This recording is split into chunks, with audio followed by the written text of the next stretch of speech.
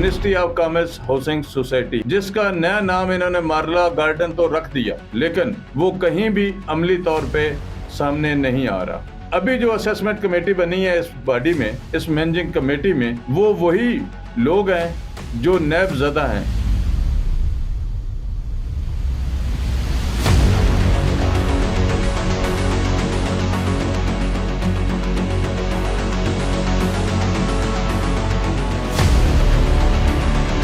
जो बिल्कुल खास इनके साथ बिल्कुल मिला हुआ है वो है सर्कल रजिस्ट्रार इश्तियाक अहमद जिलानी। और मैं ये दावे से कह सकता हूँ कि इश्तियाक जिलानी की मुबीना मिली भगत के बगैर मिनिस्ट्री ऑफ कॉमर्स का सेक्रेटरी कोई कदम नहीं उठा सकता। आरडीए की भी मुबीना मिली भगत के बगैर मिनिस्ट्री ऑफ कॉमर्स के प्लाट इधर उधर नहीं हो सकते। मुतलका जो आरडीए ऑफिसर है जिसका नाम तारिक है, आप आरडीए के ऑफिसर्स हैं, आप बड़ी महान शख्सियत हैं, आपने मुबीना मिली भगत से कितनी फाइल में डॉक्यूमेंट्स तब्दील किए, कितने डॉक्यूमेंट्स नक्शों समेत आपने उसमें नए रखे और पुराने निकाले, ये आप बेहतर जानते हैं।